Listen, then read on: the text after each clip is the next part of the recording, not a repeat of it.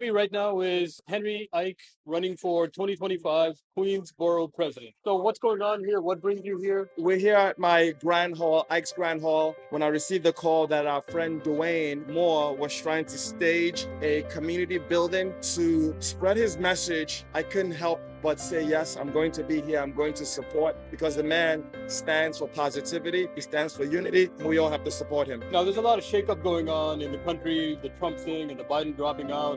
Where do you think this is going? I say put all the nonsense aside and let's unite the country and begin to seek real solutions for issues that the people in Queens and in our communities are feeling today. And that's education, affordable housing, positive changes that could really affect our kids that are struggling and looking for direction. And lastly, public safety. What do you think has happened in the last 4 years based on the policy? The world is turned upside down, and now everybody thinks the temperature is that we need to change. When you watch the news and you see what's the temperature that's out there, you realize very quickly that we are being distracted.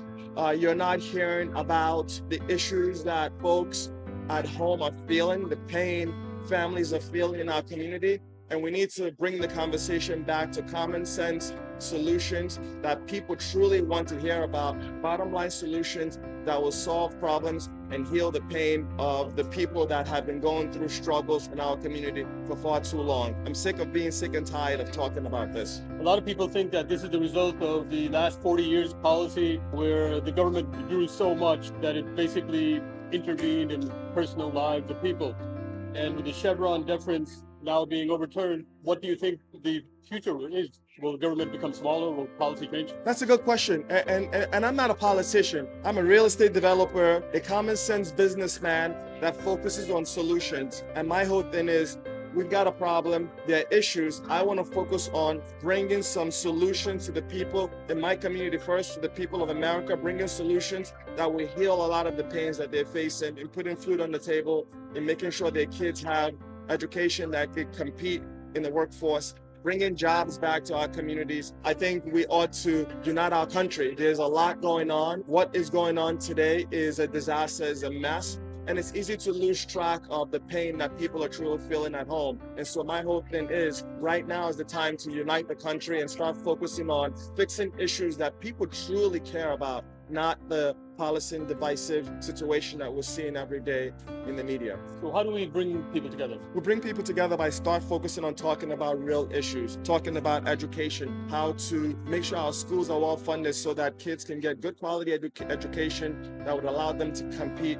when they graduate. Create extracurricular activities in school to keep kids in school later so that they can be off the streets. We got to work on crime. How do we fight crime? Keep our streets safe so our daughters, our mothers, our neighbors can walk the streets and feel safe. And lastly, we have to talk about affordable housing. A lot of people are struggling today. We see majority of their income are being diverted into paying rent. So we got to make sure that we have situations where people can afford to pay rent right here in New York. And additionally, we can create jobs, high-paying jobs, good quality jobs that can keep them at a place where they can afford a comfortable living. We're all immigrants, but at the end of the day, we're Americans. There's so much more that unite us than that divides us. So we have to focus on the things that unite us, the common core values, family, public safety, education. Focus on those core values and work hard to improve these things. Elect leaders that have their interests in putting the people in their district, in their community first place, and things will begin to change.